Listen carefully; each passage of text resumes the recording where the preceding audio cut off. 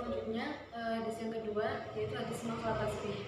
Nah, di dalam hadis ini saya akan menggunakan metode tematis analitis.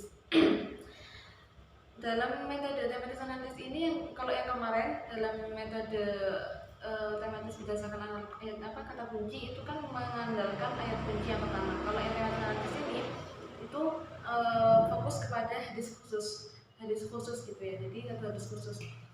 Dan hadis tentang sholat tasbih ini tuh tidak populer di kalangan para muhaddisin. Jadi karyanya itu hanya beberapa di kitab induk, seperti ada di Abi Dawud, Sunan Tirmizi, sama Ibnu Majah. Jadi cuma ada 3 dalam sumber primer.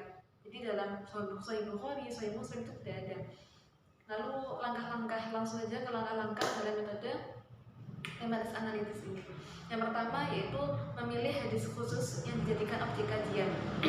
Jadi di dalam metode tematis analitis ini yang pertama itu memilih hadis khusus sebagai objek kajian. Nah, kebetulan ditemukan pada Sunan Abi Dawud nomor 1297. Nah, ini akan menjadi objek kajian di Sunan Abi Dawud nomor 1297. Lalu langkah yang kedua, mengumpulkan hadis sekunder atau pendukung tadi syahid, lalu membaginya pada beberapa tipologi atau pengelompokan, membaginya kepada tipe atau jenis pada masing-masing hadis. Misalnya di dalam hadis ini tuh, dalam hadis Abu Dawud ini tuh ada tentang sholat tasbih itu ada pengelompokan waktu dan membahas tentang waktu dan membahas tentang tempat. Nah, itu dikelompokkan. Kalau yang membahas tentang waktu itu ada di nomor 1297 sama 1298. 1297 itu pelaksanaannya dengan hitungan hari. Kalau di 1298 itu lebih spesifik, yakni waktunya boleh dikerjakan siang dan atau malam gitu. Lalu yang ketiga, langkah yang ketiga yaitu takhrij atau pelacakan. Nah, di sini tuh dalam meneliti hadis ini Sunan Abi Dawud yang menjadi objek kajian ini sanadnya itu sudah sahih karena sudah sampai kepada Ibnu Abbas dan sampai kepada Rasulullah. Nah, hadis ini tidak hanya berbicara mengenai hadis ini itu tidak hanya berbicara mengenai keutamaan yang terdapat dalam sholat tasbih, tapi juga tentang waktu dan juga pelaksanaan. Itu tadi tentang sanadnya sahih. Kalau tentang hukum sholat tasbih itu banyak yang diperselisihkan, banyak yang memperselisihkan ulama itu. Jadi sebagian ulama itu berpendapat kalau hadis itu tuh dhaif, tapi ada juga yang berpendapat bahwa hadis ini tuh hasan, bahkan ada juga yang berpendapat bahwa hadis ini sahih. Jadi walaupun ada ulama yang mengatakan dhaif, kita masih bisa berpegang pada pendapat yang mengatakan sahih ataupun hasan. Karena pada intinya sholat tasbih itu relevan dan benar-benar dilaksanakan oleh umat muslim di Indonesia yang telah dilakukan selama dan bertahan hingga kini. Lalu yang keempat itu ada menganalisis makna. Jadi metode yang keempat langkah yang keempat dalam metode ini yaitu menganalisis makna kata asing yang terdapat dalam hadis. Dari kita dapat mengambil atau mencarinya dari literatur yang relevan seperti kamus Arab klasik. Tapi setelah saya analisis, ternyata tidak saya temukan kata-kata asing terhadap hadis tersebut, sehingga tidak perlu analisis lebih lanjut atau analisis lebih mendalam, karena analisis yang digunakan sudah cukup familiar. Itu kurang lebihnya tentang hadis sholat tasbih yang menggunakan metode tematis analitis. Jadi kesimpulannya pada intinya sholat tasbih ini relevan dan benar-benar dilaksanakan oleh umat muslim di Indonesia yang telah dilakukan sejak lama hingga kini gitu. Oke, untuk hadis yang selanjutnya, hadis yang ketiga, yaitu saya akan jelaskan tentang hadis mengucapkan salam pada non muslim. Nah, bunyi hadisnya ini. Bismillahirrahmanirrahim. Haddatsana Qutaibah bin Sa'id, haddatsana Abdul Aziz yakni Ad-Darawardi an Suhail an abihi an Abi Hurairah radhiyallahu anhu anna Rasulullah sallallahu alaihi wasallam qala la tabda'ul yahud wa lan nasara bis salam fa idza laqitum ahadan fi tariq fatarruh ila atyaqi. Nah, dan artinya janganlah kalian mendahului orang-orang Yahudi dan Nasrani dalam memberi salam apabila di antara kalian berpapasan dengan salah seorang di antara mereka di jalan, maka desalah dia ke jalan yang paling sempit. Nah, begitu bunyi hadisnya dan artinya. Lalu kita lebih lanjut, sebelum kita lebih lanjut menjelaskan, memaparkan hadis ini,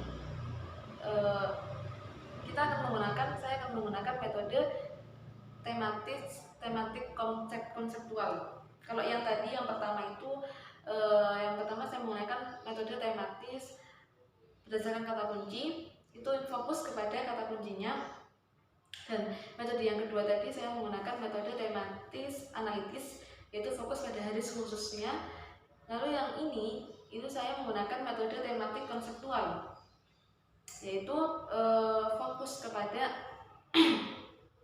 problematika kontemporer atau realitas sebagai titik pijaknya. Jadi yang tadi itu kata kunci yang pertama, fokusnya yang pertama itu kata kunci yang metode pertama. Kalau yang metode kedua itu fokus pada hadis khusus. Kalau yang metode yang ketiga ini, konseptual ini, itu saya akan fokus pada realitas sebagai titik pijaknya. Jadi kayak melalui metode ini tuh berbagai problematika modern kontemporer itu bisa dijelaskan lebih jauh gitu. Jadi tentang problematika kehidupan modern kontemporer gitu.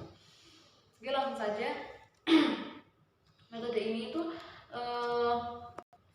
karena metode ini tuh tentang problematika kontemporer, maka saya akan menjelaskan dulu langkah-langkah dari metode ini, akan mengungkapkan dulu. Jadi yang pertama itu langkah-langkahnya yaitu menentukan tema. Dan menentukan tema ini itu ada dua cara, yaitu yang pertama berdasarkan persoalan yang tengah terjadi di masyarakat, yang kedua berdasarkan konsep-konsep khusus yang terdapat dalam hadis. Nah, karena ini ada hubungannya dengan persoalan masyarakat, banyak yang bertanya terkait hukum menjawab salam pada non-muslim, maka dilakukanlah kajian ini untuk menemukan jawabannya dari perspektif hadis. Lalu itu metode yang pertama. Lalu metode yang kedua itu melakukan pembatasan terhadap konsep-konsep yang sekiranya beragam dalam hadis yang sudah dipilih. Supaya kenapa? Supaya dilakukan pembatasan itu supaya kajian tidak terlalu melebar. Nah, itu metode yang kedua. Itu langkah yang kedua. Lalu langkah yang ketiga yaitu butuh literatur primer atau sumber primer seperti di kitab sitah seperti Sahih Muslim, Sunan An-Nasa'i, Musnad Ahmad gitu, dan lain-lain. Lalu yang keempat butuh literatur pendukung atau sumber sekunder kayak syarah At-Tirmizi, gitu, syarah-syarah gitu ya. Lalu yang kelima itu takhrij atau pelacakan. Itu ada dua cara, yaitu yang pertama bisa merujuk pada hasil kajian pada para ahli terdahulu. Lalu yang kedua bisa melakukan kajian mandiri, kajian sendiri gitu, jadi meneliti sendiri. Lalu langkah yang keenam, melakukan upaya konfirmatif dan komparatif dari ayat-ayat Al-Quran. Jadi bisa mengambil ayat-ayat Al-Quran sebagai pendukung dalam hadis ini. Jadi melakukan upaya konfirmatif dan komparatif dari ayat-ayat Al-Quran. Lalu yang ketujuh, menganalisis kata-kata asing jika ada. Langsung saja kepada hadisnya, kepada kita jelaskan ya langsung. Nah, berbicara pada hadis tadi yang saya bacakan tadi di awal, itu hadis tersebut ternyata tidak hanya diriwayatkan oleh satu orang, tidak hanya diriwayatkan oleh Qutaibah bin Sa'id saja, tetapi ada banyak perawi. Di antaranya ada Abu Hurairah di sana. Dan di situ hadis itu terdapat di Sahih Muslim, Sunan An-Nasa'i, Musnad Ahmad, Sahih Ibnu Hibban, Sunan Al-Baihaqi dan kitab ilmu hadis lainnya. Lalu berbicara tentang hadis ini itu hadis yang termasuk sahih sanadnya. Karena apa? Karena dari perawinya sendiri tadi Qutaibah bin Sa'id itu ulama banyak berpendapat jika perawi ini itu sikoh. Lalu kalau yang Abu Hurairah tadi itu juga merupakan riwayat hadis yang sangat masyhur yang tidak diragukan lagi kesikohannya, yang sudah tidak dilakukan lagi kesikohannya kan ya. Jadi secara garis besar hadis ini itu pada hadis di atas yang saya sebutkan tadi sebelumnya itu, hadis itu tuh Rasulullah selain melarang untuk intinya itu tentang pelarangan mengucapkan salam itu terhadap non muslim. Nah, tapi dilihat dari asal urutnya sebagaimana yang diungkapkan Yusuf Qaradawi, hadis mengucapkan salam kepada non muslim ini terkait dengan suasana peperangan. Pada saat itu Rasulullah itu melarang memulai salam kepada non muslim karena salam merupakan bentuk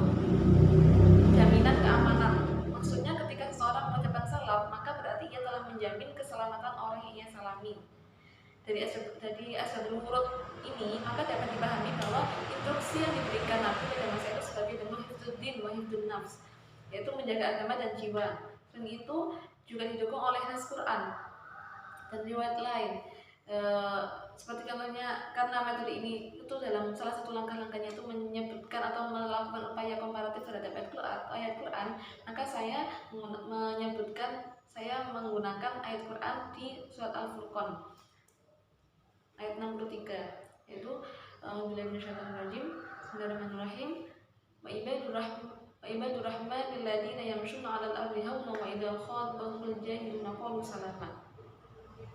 Hamba-hamba Tuhan yang Maha Pengasih itu adalah yang berjalan di atas bumi dengan rendah hati, dan apabila orang-orang yang bodoh menyapa mereka dengan kata-kata yang menghina, mereka mengucapkan salam. Itu bunyi surat Al-Furqan ayat 63. Pada intinya hadis ini itu tidak tepat jika dikatakan bertentangan atau berseberangan dengan ajaran Islam yang kaya akan tasawuf atau toleransi. Justru bertujuan agar terciptanya kedamaian, kerukunan, juga toleransi. Itu. Mungkin ini sedikit penjelasan saya tentang 3 hadis. Yang pertama, hadis pertama Semita menggunakan metode tematis kata kunci. Yang kedua, hadis salat tasbih menggunakan metode tematis analitis. Yang ketiga, hadis mengucapkan salam kepada non-muslim menggunakan metode konseptual. Kurang lebihnya mohon maaf. Semoga bermanfaat. Wassalamualaikum warahmatullahi wabarakatuh.